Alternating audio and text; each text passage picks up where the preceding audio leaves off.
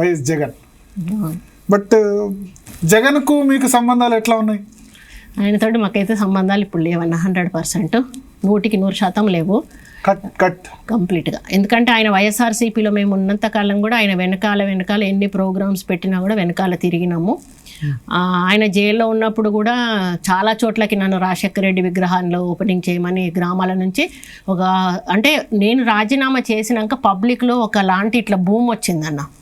అంటే ఆ కొండా సురేఖ అని చెప్పేసి వాళ్ళందరూ కూడా చనిపోయిన 20 days రాజీనామా చేశారు కదా, 20 days అనుకుంటా. అప్పటి వరకు కొట్లాడినాము, ఇక ఆయన కొట్లాడినాము. ఆ పరిస్థితి లాస్ట్ ఒక క్యాబినెట్ మీటింగ్ అటెండ్ చేసి ఆ రోజు రాసా రాత్రి లెటరు, మర్నాడు 4 గంటలకు టైం తీసుకున్నా ఇచ్చేసాను. నా సొంత హ్యాండ్ రైటింగ్ తోటే ఉంటుంది ఆ లెటర్ కూడా.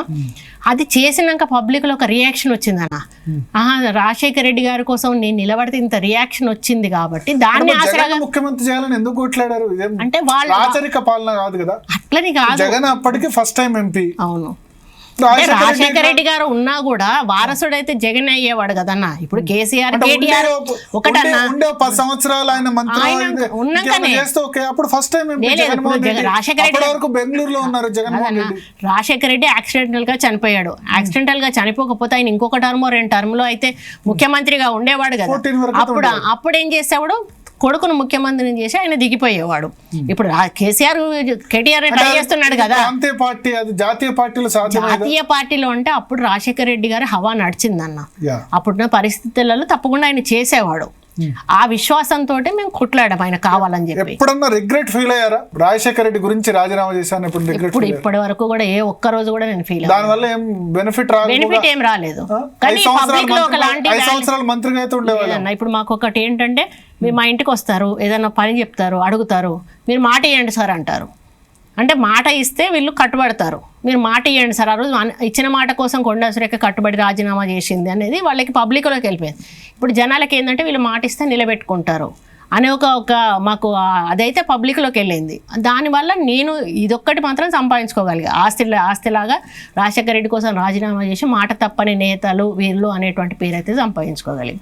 సురేఖ గారు, వైఎస్ జగన్ గురించి రాజీనామా చేశారు, సంవత్సరం తర్వాత ఆయన పార్టీ పెట్టారు. బట్ ఇప్పుడు వెనక్కి తిరిగి చూసుకుంటే మీకు బాధ అనిపించట్లేదా? దేని గురించి అంటే ఆ రాజీనామా చేయడం, 4 సంవత్సరాలు మంత్రి పదవి పోవడం, ఇప్పుడు చూస్తే జగన్ కనీసం జగన్ మీద మాట్లాడుకునే సిచ్యువేషన్ కూడా లేదు. కరెక్ట్, తెలంగాణ అనేది విడిపోతుందని మేము ఎప్పుడో అంటే ఇస్తారు అని అప్పుడున్న పరిస్థితులలో పోరాటం జరుగుతుంది కానీ వస్తుంది అనేటువంటిది ఎవరు కూడా అనుకోలేదన్న. సోనియా గాంధీ గారు మాట ఇచ్చారు, తెలంగాణ ఇచ్చారు. జగన్మోహన్ రెడ్డి గారు కూడా ఆ టైంలో కొంత తెలంగాణకు ప్రోగా మాట్లాడతారు, మాట్లాడినప్పుడు అందులోనే కంటిన్యూ కావచ్చు అని మేము అనుకున్నాం. ఆయన అప్పుడు జైల్లో ఉన్నాడు. సుబ్బారెడ్డి గారు, రామకృష్ణారెడ్డి గారు, విజయమ్మ మేమందరం కూర్చొని 2 రోజులు చర్చలు చేశాము. ఆయన ఒకటే మాట లోపల నుండి చెప్పింది ఏంటి అంటే, ఖరాఖండిగా సమైక్యాంధ్ర అనేటువంటి నినాదం మీద ఎత్తుకోండి, ఎవరు అందులో ఉన్నా ఎవరు పోయినా మనకు నష్టం లేదనేటువంటి మాట ఆయన చెప్పారు. బట్ మీరు జాయిన్ అయినప్పుడు జాయిన్ అయ్యాక తిరిగా కదన్నా, తిరిగాము మేము, నిలబడ్డా కూడా కదా తెలంగాణలో. నేను కంటెస్ట్ కూడా చేసే కదా వైఎస్ఆర్సీపీ నుంచి. ఒక రిమార్క్ ఉంది, మానుకోటలో ఉద్యమకారుల మీద రాళ్లు విసిరారు, కొండా మురళి ఫైరింగ్ చేశారు ఉద్యమకారుల మీద. ఆ రోజు పొలిటికలైజ్ చేయడానికి, జగన్మోహన్ రెడ్డిని డిమెరిట్ చేయడానికి పదే మేము అప్పుడు మీటింగ్ పెట్టామన్న. మేము రాజకీయ లబ్ధి కోసం రావడం లేదు, రాజశేఖర రెడ్డి గారి కోసం చనిపోయిన కుటుంబాలను పరామర్శించడానికి వస్తున్నారు అన్నప్పుడు ఆయనకు ఒక రిమార్క్ అనేది ఉండాలి, వైఎస్ఆర్సీపీకి రిమార్క్ అనేది ఉండాలి అనేది అప్పుడు రోషయ్య గారు ఉన్నటువంటి ప్రభుత్వంలో పోలీసులకు ఫ్రీ హ్యాండ్ ఇచ్చి ఆ రోజు మా మీద దాడి జరిగేలాగా చేయడం జరిగింది. ఆ రోజు అందులో కొంత తెలంగాణ ఉద్యమకారులలో కొంతమంది విద్రోహ శక్తులు కూడా కూడి ఆ రోజు మా మీద దాడి చేశారు. వాస్తవంగా అందులో ఆ రోజు మేము చనిపోవాల్సిన వాళ్ళం. యాసిడ్ బాంబ్స్ తోటి, వాళ్ళు పెట్రోల్ బాంబ్స్ తోటి వచ్చారు. మేము ఉన్నటువంటి రూమ్ మీద వేసి తగలెచ్చడానికి బాగా ప్రయత్నం చేసిన సందర్భంలో మీదకి వచ్చి మొత్తానికి రూమ్ దగ్గరకు వచ్చేసారు వాళ్ళు. అప్పుడు ఫైరింగ్ గన్మెన్స్ స్టార్ట్ చేశారు. చేసినప్పుడు గన్మెన్ నుంచి పిస్టల్ లాక్కొని కొండా మురళి లేదన్నా, మా ఆయన లోపల ఉన్నారు, పబ్లిక్ అంతా లోపల ఉన్నారు, నేను మా గన్మెన్స్ దగ్గర ఉన్నాను. మా గన్మెన్స్ నన్ను ఆపుతున్నాను, బయటికి రావడానికి ప్రయత్నం చేస్తున్నా. మేము ఏం తప్పు చేశామని మమ్మల్ని కొట్టడానికి వస్తున్నారని నేను బయటకు వస్తా ఉంటే నాకు అడ్డంగా మా గన్మెన్ నిలబడి, అమ్మ మీరు వెళ్ళకండి, బయటికి వెళ్ళకండి, పరిస్థితి బాగోలేదని ఆపాడు. అక్కడ ఒక రౌండ్ టేబుల్ ఉండడం మమ్మల్ని రక్షించిందని దాన్ని ఇట్లా నిలబెట్టాము అన్నట్టు. మా గన్మెన్కి ఒక అతనికి చేతికి కూడా దెబ్బ తాకింది. అందులో భాగంగానే బయటకు వచ్చినాక నాకు ఆ బాధ అనేది, ఇప్పుడు ఆ రోజు లోపల మిమ్మల్ని అంటుపెట్టి చంపేస్తే అందులో ఉన్న కుటుంబాలన్నీ కూడా ఎంత, ఇప్పుడు నా కూతురు అయితే అనాథ అయిపోయేది కదా, మేము ఇద్దరం అందులోనే ఉన్నాం. ఆ ఆవేశంతో మీరు చంపితే వచ్చారు కదా చంపడానికి, రండి చంపండి నన్ను అని చెప్పి నేను వాళ్ళ వెనకాల పరిగెత్తుతూ వాళ్ళ మీద రాళ్ళేయడం జరిగింది. నిజంగా తెలంగాణ బాధల మీద నేను రాలేదు, అక్కడ వచ్చినటువంటి విద్రోహ శక్తుల మీద నేను రాలేస్తే దాన్ని యూజ్ చేసుకొని కూడా నా ఎలక్షన్లో ప్యాంప్లెట్స్ పట్టుకొని ల్యాప్టాప్ తెలంగాణ ద్రోహి అయితే కేసీఆర్, తెలంగాణ ద్రోహి అని కేసీఆర్ ఒకటే మాట అన్నాడు నన్ను జాయిన్ చేసుకునేటప్పుడు, నువ్వు తెలంగాణలో ఎక్కడ వ్యతిరేకంగా మాట్లాడలేదు, అందుకే నిన్ను చేర్చుకోమని చెప్పాను. ఎందుకంటే అప్పుడు హరీష్ రావు వాళ్ళని తిట్టాను కదా, వాళ్ళందరూ కూడా వ్యతిరేకించారు నన్ను చేర్చుకోవడం. అప్పుడు ఆయన ఒకటే మాట చెప్పాడు, ఆమె ఎక్కడ తెలంగాణకు వ్యతిరేకంగా మాట్లాడలేదు. ఆ రోజు జరిగిన ఆ రోజు ఉన్నట్టండి, ఎందుకంటే మమ్మల్ని చంపడానికి మా చావు దగ్గరికి పోయినామన్నా. అప్పుడు ఎవరికైనా ఆ మాటలు వస్తాయి, నాకు ఆటోమేటిక్గా నా నోట్లోంచి ఆ మాటలు వచ్చాయి. ఎందుకనంటే ఆ రోజు మేము బయటకు వచ్చినాక అట్లీస్ట్ ఒక ఎస్పీ స్థాయిలో మేము మాజీ మంత్రులం ఉన్నాం, మాజీ మంత్రులం ఉన్నాం, రెడ్డి నాయక్ ఉన్నాడు, వీళ్ళందరూ ఎంపీలు ఉన్నారు, ఎక్స్ ఎంపీలు. ఎస్పీ వచ్చి ఏమైందని ఒక మాట అడగలేదని, ఒక సెకండ్లో మా దగ్గర నుంచి గన్మెన్లను లోపలికి పిలుచుకొని వాళ్ళకు క్లాస్ పీకి చేసిండు. కానీ మీకేమన్నా జరిగిందంటే అంటే మొత్తం పోలీసు వాళ్ళు ఒక ప్లాన్డ్గా పకడ్బందీగా ఆ రోజు మమ్మల్ని చంపించే ప్రయత్నం చేశారు. ఆ టైంలో మాత్రం ఖచ్చితంగా జగన్ గురించి మరి తెలంగాణ ద్రోహి అన్న ముద్ర వేయించుకున్నారు. ఒక విధంగా పడిందన్న, దాంట్లో నేను ఒప్పుకుంటాను, దాంట్లో వెనక్కి పోయేది లేదు. ఎందుకంటే ఆయన వెంట నడిచాను కాబట్టి, ఆయన సమైక్యాంధ్ర నినాది, ఆయన వెనకాల వెళ్ళింది, ఈమె కూడా సమైక్యాంధ్ర అనేది ఒక వచ్చింది. కానీ ఎప్పుడైతే జగన్మోహన్ రెడ్డి ఖచ్చితంగా సమైక్యాంధ్ర అని అన్నాడో అప్పుడు మేము వచ్చేసాం, ఉండలేదు. అప్పుడు ఉండి మనం ఒక తెలంగాణ వ్యక్తిగా అంటే కాంగ్రెస్ నుంచి అప్పటికి తెలంగాణ ప్రకటన వచ్చేసింది కాబట్టి ఇంకా ఇక్కడ వైఎస్ఆర్సీపీ ఉండదు అని రాలేదన్నా. మేము వచ్చిన తర్వాతనే వచ్చింది, చాలా రోజుల తర్వాత తెలంగాణ వచ్చింది. కానీ ఆయన టోటల్గా సమైక్యాంధ్ర అన్నాక మేము ఒక తెలంగాణ ప్రాంతవాసిగా మా యొక్క ఒక రాజకీయ జీవితాన్ని అయితే బొంద పెట్టుకోలేం కదా. అప్పుడు మేము పార్టీలో ఉన్నప్పుడు మీకు ఇంపార్టెన్స్ ఇచ్చేవారా జగన్? మంచిగానే మాట్లాడేవాడు. విజయమ్మ, షర్మిల, భారతి అందరూ మాట్లాడేవాళ్ళు. ఇంట్లో పైకి వెళ్ళదని వాళ్ళ కుటుంబం లాగానే చూసుకునేవారు. ఎంతమంది ఉన్నా కూడా జగన్మోహన్ రెడ్డి గారు ఫస్ట్ మమ్మల్ని పిలుచుకొని మాట్లాడి, ఎందుకంటే మేము కొంచెం ఇండివిజువాలిటీ ఎక్కువ ఉంటుంది మాకు, వీళ్ళని వెయిటింగ్ చేపి అనేటువంటి ఒక భావన ఆయనకు ఉండేది. అక్కడెక్కడ మాకు ఇబ్బంది అయితే జరగలేదు, అంతవరకు అయితే జరుగుతుంది. ఆయన ఎప్పుడైతే జైలుకు పోయిండో ఆ తర్వాత ఈ వీళ్ళిద్దరు నడిపించారు కదా, సుబ్బారెడ్డి గారు ప్లస్ రామకృష్ణారెడ్డి గారు. అప్పుడు కొంత నాకు ఫేమ్ ఎక్కువైపోయింది.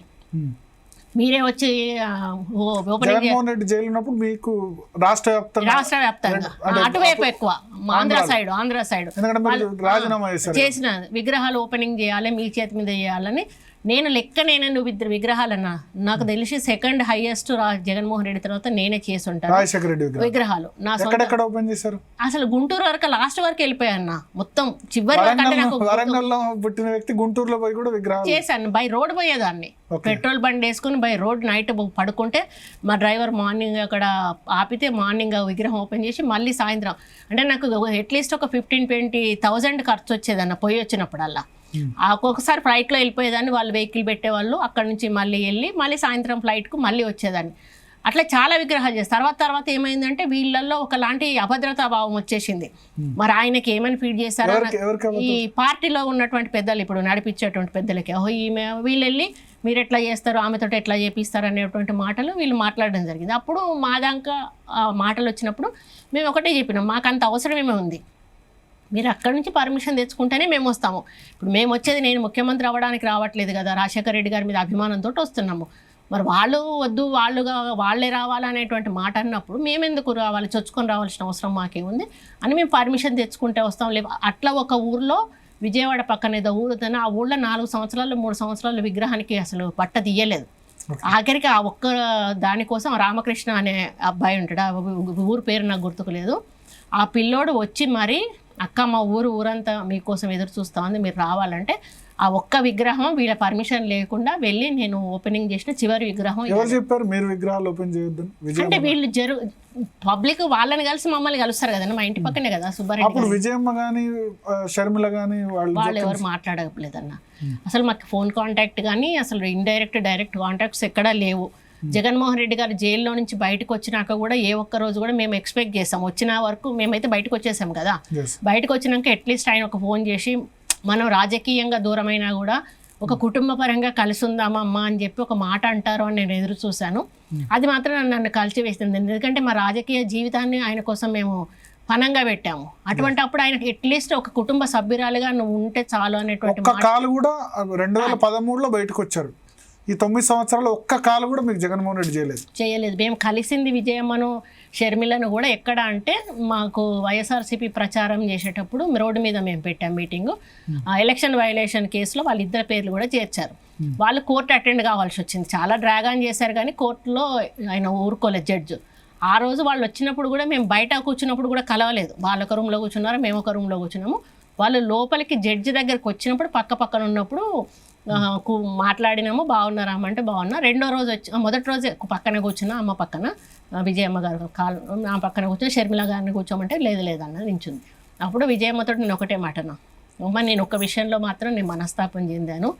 జగన్ అన్న బయటకు వచ్చినాక ఒక ఫోన్ చేసి అమ్మ మనం రాజకీయంగా ఎటున్నా కూడా ఒక కుటుంబంగా మేము చూసుకుంటామనేటువంటి మాట చెప్పుంటే సంతోషించేదాన్ని. నేను అన్న కోసం అంతా నిలబడ్డప్పుడు ఈయన ఒక మాట చెప్పుంటే ఈయన లెవెల్ ఎక్కడికో వెళ్ళిపోయేదమ్మా. ఆ విషయంలో మాత్రం నేను బాగా మనస్తాపం చెందాను డైరెక్ట్గా నేను విజయమ్మతో. అంటే ఆమె ఏం లేదు, తలూపూరుకున్నాడు. వాస్తవంగా చెప్పాలంటే ఆమె చేతిలో కూడా ఏమీ లేదు. ఇప్పుడు చూస్తూ ఉన్నారు కదా, తల్లిని ఎలగొట్టాడు, చెల్లిని ఎలగొట్టాడు, చెల్లి పార్టీ కోసం కష్టపడింది. ఈరోజు మొత్తం బయట ఒక టాక్ ఏంటంటే భారతి గారు ఎట్లా చెప్తే అట్లా వింటాడు. ఇప్పుడు వైఎస్ వివేకానంద రెడ్డి కేసు కూడా మీరు చూడండి, తెలుసు అది ఆయనకి ఎవరు చేశారో తెలుసు, ప్రపంచం అంతా తెలుసు. మీకు తెలుసు కదా, నా నోటితో ఎందుకు చెప్పిస్తారు? వాళ్ళ కుటుంబ సభ్యులు. ఇప్పుడు భారతి గారి మామలు అన్నట్టు, వాళ్ళు మేనమామల కొడుకులు. వాళ్ళ కోసమని ఇప్పుడు అక్కడ వైఎస్ వివేకానంద రెడ్డికి ఎంపీ సీట్ ఇవ్వాల్సి వస్తుంది ఆయన బతికుంటే. అంటే ఆయనను తప్పిస్తే ఎంపీ సీట్ రాదు. ఎంపీ సీట్ వీళ్ళ రిలేషన్ వాళ్ళకి ఇవ్వచ్చు. ఆ పద్ధతిలో ఆయన కాదు అంటే తప్పుకునే వ్యక్తి అన్న, ఆయనంత అరగంటు వ్యక్తి అయితే కాదు కదా. ఆయనంతా హింసించి చంపాల్సిన అవసరం లేదు కదా. ఆయన తప్పుకుంటే ఇద్దరికోసారి తప్పుకున్నాడు. అప్పుడు విజయమ్మ మీద పోయి తెలుగుదేశం నుంచి పోటీ చేసాడు. అదొక రిమార్క్, ఆయనకు గదొకటే రిమార్కు. ఆ తర్వాత మళ్ళీ వచ్చినప్పుడు చేశారు. అప్పుడు తర్వాత ఆయన మళ్ళీ వచ్చి కలిసినాక మళ్ళీ పార్లమెంట్ అంతా రాజశేఖర రెడ్డి గారు ఉన్నా కూడా ఎప్పుడు ఆయన చూసుకోలేదన్న, ఈయనే చూసుకున్నాడు. రాజశేఖర రెడ్డి గారు అంతా చూసుకునేవాడు ఆయన. మీరు వద్దు అంటే ఆయన ఊరుకునేవాడు కదా. అంత దారుణంగా ఆయనని చేయాల్సిన అవసరం చాలా బాధ. వైఎస్ వివేకానంద రెడ్డి గారిని చంపడం అనేది చాలా బాధాకరం అండి. ఎవరు చంపినా కూడా అది టైం డిసైడ్. జగన్కు తెలిసి ఉండకపోవచ్చు కదా మీరు అన్నట్టు. తెలిసినాకనైనా కూడా దాని మీద చర్య తీసుకోవాలి కదా. ఇప్పుడైతే ఆయన అధికారంలో ఉన్నాడు, ఎంక్వైరీలో ఆయనకు తెలుస్తుంది. తెలిసినప్పుడు నిజాయితీగా నువ్వు వాళ్ళ మీద చర్యలు తీసుకోవచ్చు కదా. ఎందుకు దాచిపెట్టాలి? ఎందుకు భారతి చెప్పినట్టు జగన్ వింటున్నారు అనుకుంటారు? అదిగా వాళ్ళకు ఫ్యామిలీలో వచ్చిన డిఫరెన్సెస్ ఏమో తెలియదు కానీ బయట టాక్ మాత్రం 100% ప్రతి ఒక్కరి నోట ఈవెన్ వైఎస్ఆర్సీపీ వాళ్ళు కూడా అదే మాట చెప్తారు. ఆమె చెప్పినట్టే ఆయన వింటాడు. అందువల్లనే ఇప్పుడు ఏంటంటే జగన్మోహన్ రెడ్డి మళ్ళీ ఒకవేళ బీజేపీ జైలుకు పంపిస్తుంది అనుకోండి, మళ్ళీ సేమ్ ఈడీ కేసు ఓపెన్ చేసి జైలుకు పంపిస్తే నెక్స్ట్ సీఎం ఎవరు కావాలి అనేది వాళ్ళిద్దరి మధ్యలో వచ్చిన కాదా. అంటే మాట వారసత్వంగానైతే షర్మిల గారు కావాలి. ఇప్పుడు ఆయన పాదయాత్ర చేసింది, అప్పుడు కూడా పార్టీ కోసం కష్టపడింది ఆమెను. అట్లా ఆమె చేయాల్సి వస్తుందనే పద్ధతిలో ఈరోజు డివిజన్ అనేది వచ్చింది వాళ్ళ మధ్యలో. ఆస్తుల గురించి ఏం కదా, తర్వాత ఆస్తుల గురించి కూడా ఆ డివిజన్ తర్వాత ఆస్తుల గురించి వచ్చింది. ఇప్పుడు ఆస్తులు కూడా నేను ఇవన్నీ ఏం చేసుకోపోయినటువంటి పరిస్థితి వచ్చింది. అప్పుడు ఈమె ఏం చేయనుండే, అక్కడనే కాంగ్రెస్ పార్టీలో జాయిన్ అవ్వనుండే. అక్కడే కాంగ్రెస్ పార్టీ జాయిన్ అయ్యి అన్నకు వ్యతిరేకంగా కాంగ్రెస్ పార్టీలో తన తండ్రి వాళ్ళని తీసుకొని కొట్లాడనుండే. లేకపోతే ఇక్కడికి వచ్చినా కూడా కాంగ్రెస్ పార్టీలో జాయిన్ అవ్వాల్సింది.